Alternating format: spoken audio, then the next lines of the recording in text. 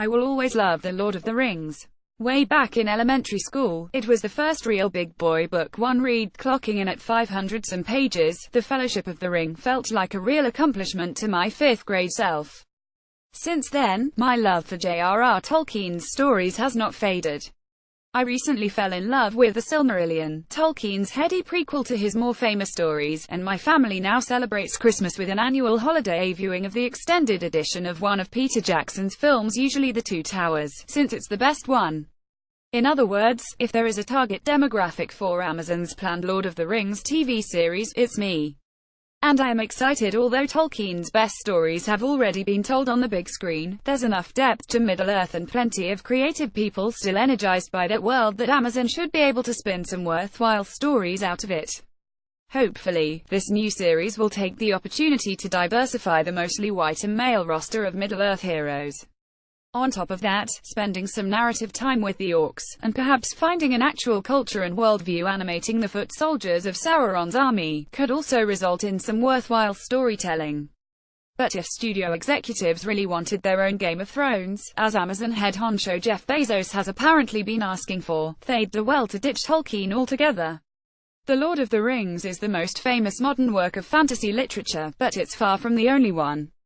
There are plenty of dark, literate, sexy, diverse, and thought-provoking fantasy novels out there.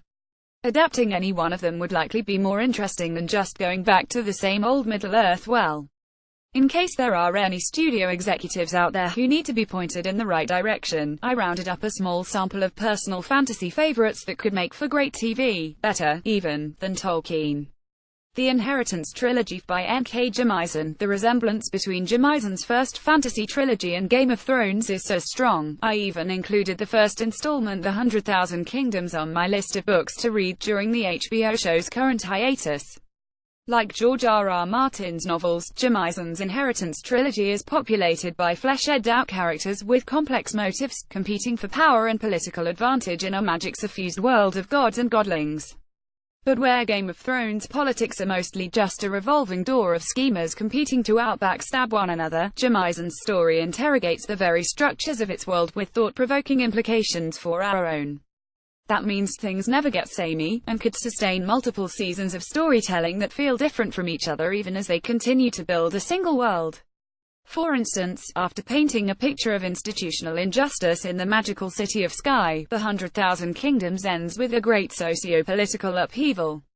The second book in the trilogy, The Broken Kingdoms, then catches up with totally new characters to see how their are going in this changed world, while the final installment, The Kingdom of Gods, leads toward a final reckoning. The series is both diverse. The female protagonists are not white, their oppressors are, and sexy. Jemisin's descriptions of divine intercourse between a human woman and the night god had author jaw-dropping. If faithfully adapted, Jemisin's series could be an absolute juggernaut. The Book of the New Sun, by Gene Wolfe. Amazon's LOTR announcement said that its agreement with the Tolkien estate was for a multi-season series, with the potential for even more spin-offs. That's a tall order to make of the stories that take place in between Middle-earth's biggest adventures. Such an expansive scope would work much better for the Book of the New Sun, sci-fi author Gene Wolfe's magnum opus, which follows protagonist Severian from his beginnings as a lowly torturer to his assumption of the highest throne in the universe. The four-book cycle, Shadow of the Torturer, Claw of the Conciliator, Sword of the Lictor, and Citadel of the Autarch, is technically set in the far future, but with a technology level reduced to the medieval era, it feels more like fantasy. So there are dying suns, exotic planets, and other genre delights, but also a thoughtful exploration of bigger themes like torture and mercy. This would probably be the toughest story to adapt of this whole list, but the potential rewards are much higher than just making someone's third favorite Tolkien adaptation. Earthsea, by Ursula K. Le Guin. Okay, yes, this one has been adapted before.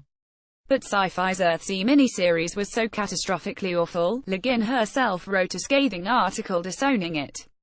Alas, the adapters tried too hard to fit Le Guin's Earthsea stories into a Tolkien-shaped box and ended up excising most of what made it unique in the process. A similar problem afflicted New Line's 2007 adaptation of The Golden Compass. A more faithful take on the Earthsea mythos could take an anthology approach, since there's plenty of story to work with. Le Guin has written 6 books under the Earthsea banner, and many of them have a lot to say in our current cultural moment.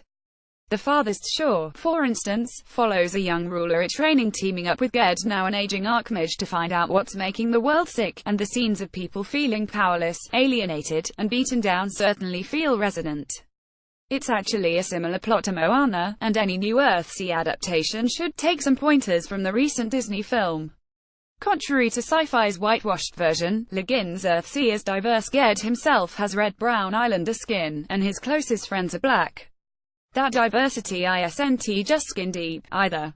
The Tombs of Atuan, perhaps the best of the Earthsea books, is an in-depth exploration of how much darker and more painful a young woman's journey through the world is than a young man's, and how, when men and women combine their strength, they are capable of overthrowing even the most insidious and ancient systems of oppression. An Earthsea series that cast Ged adrift in his world, sailing from island to island of new characters to meet and learn about and help with their problems, is precisely the kind of fantasy adaptation we could use these days.